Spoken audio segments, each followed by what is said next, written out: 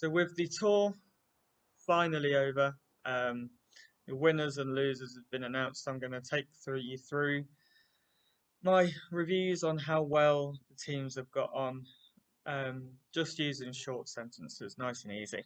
We'll start with Ajdazir Citron. Give them a very solid 8.5 out of 10. O'Connor took a fantastic stage win and top 5 on GC. Pirate Planter took a fantastic top 15, which was a nice surprise. From sprinting to win in GP Marseillaise earlier in the year to top 15 at the Tour is very impressive. Other riders got into the breakaway plenty of times, and ultimately a top 5 and a stage win is what they would have, more than what they'd have dreamed of. So Alpecin-Fenix after week 1 had a simple 10 out of 10. Van der Poel and Merlier winning stages. Philipsen up there in green and Van der Poel obviously a week in yellow. Since the first rest day, however, they have gone a bit quiet. Xandro Maurice has impressed on some of the mountain stages and the breaks. So I think because of that first week, I think they still get an 8 out of 10.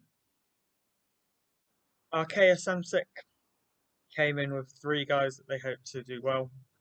Nacer Bouhanni did do well in the sprints without picking up a win, was consistently the closest man behind Cavendish. Warren Barguil didn't feature in anything and ultimately pulled out. Quintana looked as though he was going to be a big threat in the King of the Mountains battle, but ultimately didn't materialise. A good race. They would have got a 6 out of 10, but then we saw pictures of Nacer Bouhanni taking a tow on Ventoux. 3 out of 10. Poor showing from Arkéa Samsic. Take out Alexei Lusenko's top 10 in GC, and Astana Premier Tech have had a pretty poor race. Fulsangs obviously had issues following his second dose of the vaccine. So hopefully he recovers in time for the Olympics. Alex Aramburu's been in a few breaks, but other than Lusenko, they've not really done much. 5.5 out of 10. B&B Hotels have been typically aggressive in the race. They've won the most combative rider with Bonamore. Fantastic 3 weeks of breakaway riding for him. Pierre Rolland tried and failed to win a stage in breakaways, but other than that, they didn't offer much. So good TV exposure. So because of that, I think a 5.5. Pre-pose raid, Bahrain Victorious would have easily scored a 9 out of 10. Matej Mohoric with wins. Wout Poels in the jersey, King of the Mountains jersey for a good while until Pogačar took it off him. Dylan Turns' stage win into Le Grand Bonnot, but that raid has obviously left a sour taste in the mouth, and because of that, I can't give them higher than a 6.5 out of 10. We'll wait and see what comes out of the raid. You'd be hard pressed to find a team in the Tour that has had so much bad luck as Bike Exchange. Yates crashing out in the second week, Hamilton crashing out in the second week. His GC challenge never truly materialised. Michael Matthews was up there in the green jersey, podiums a couple of stages, and he still has a chance to win green on the Champs-Élysées. If he wins the green jersey, then they get a 7 out of 10. Without that, I think a 4.5 out of 10 is being generous to Bike Exchange. BORA came in looking for an 8th green jersey with Peter Sagan, and a good top 5 or higher for Wilco Kelderman on the overall. They achieved one of them, with Sagan unfortunately going home, succumbing to the injuries he got on stage 3. Um, Ultimately, that worked out well. Niels Pollitt picked up a fantastic solo win. Same with Patrick Conrad. And as mentioned, Wilco Kelderman was silent but deadly in his pursuit of the top 5. So I would give it an 8 out of 10. Cofidis are another one of those teams where you take out a leader, they've not done much. Christophe Laporte finished second a few days ago. Other than that, Anthony Perez was fighting for the polka dot jersey early in the race, and the last to be caught up to Corda Portet. So, with that in mind, they would get a very low score. But Guillaume Martin rode an aggressive race, uh, bolted up to second place before the Pyrenees, and then sadly lost plenty of time in Andorra. But he was where we thought. It's just a shame he couldn't get that stage win that Cofidis so desperately require. So I think in the end, a 7. They rode well, but they missed out on that win. If Bike Exchange have been unlucky, then DSM have been non-existent at this year's tour. Minus Benoit and Soren Krag on the Col de Rome, they've pretty much been nowhere. The constant wonderings about riders' contracts. During the Tour 3, riders have announced that they would like to leave the team early. Their tour last year papered over the cracks and the Giro as well, but this year they've been nowhere. A 2 out of 10. Up until the final rest day, EF Education Nippo would have received a 9 out of 10, purely based on Rigoberto Urán. Looked as if he had a podium nailed on, but then sadly succumbed in the Pyrenees to either fatigue or the INEOS pace or peaking too early. So ultimately a 6 out of 10.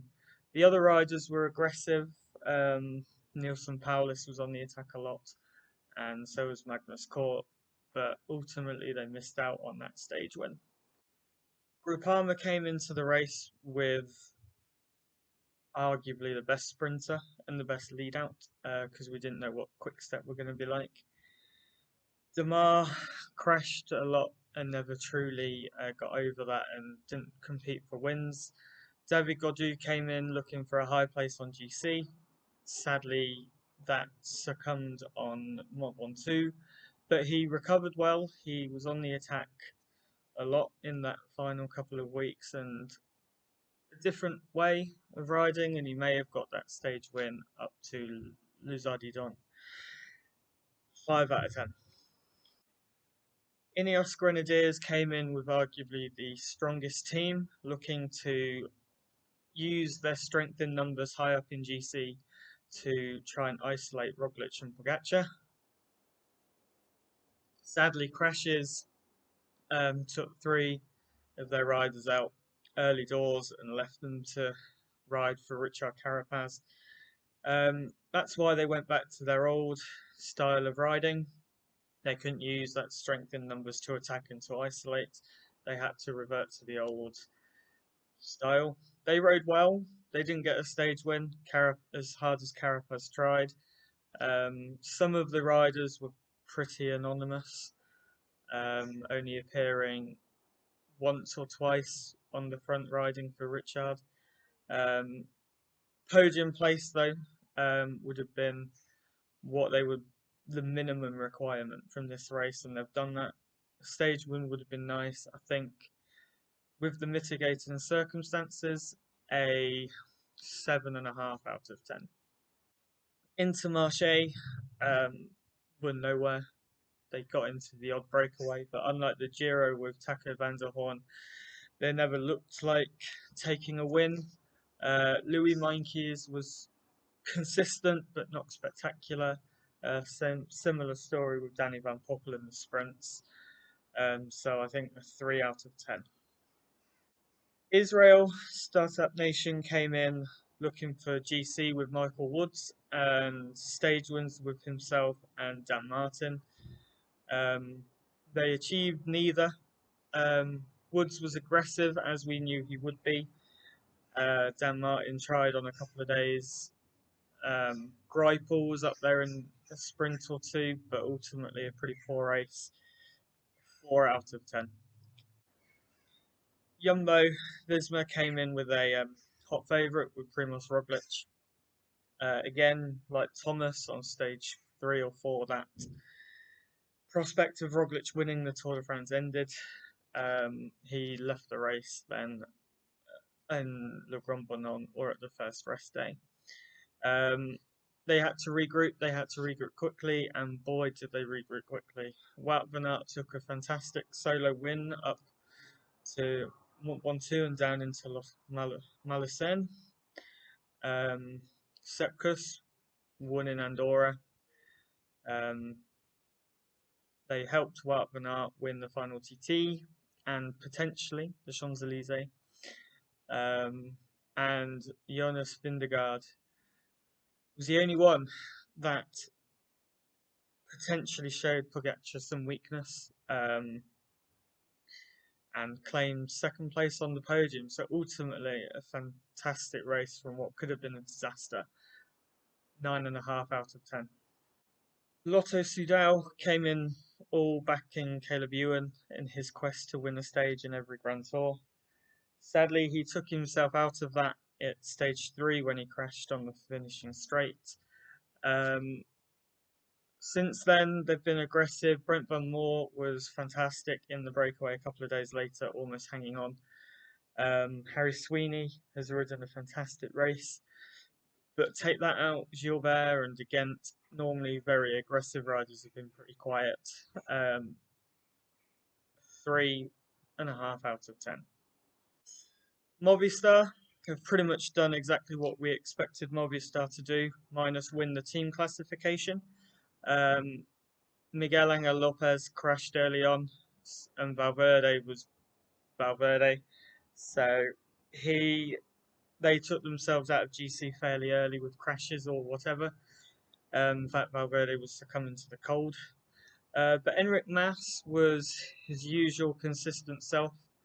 It's a shame Pogačar didn't let him go up to Luzardi Don and win the stage up the Spanish mountain, but that's what can you do. Top 6, but other than that, they were pretty anonymous. I think scraping at the barrel, but a 7 out of 10. They didn't win the team classification, so there you go. Team Qhubeka Assos or Qhubeka NextHash have been similarly nowhere in the race. Before Andorra, they would have got a 3 out of 10, but Max Volscheid completed the unthinkable, wheeling for nearly 200 meters up a mountain. So a 7 out of 10. Fantastic job, Max. Total Energies Tour was as expected. They rode aggressively. Pierre Latour was attacking every 30 seconds on the mountain stages, but ultimately nothing came about of it.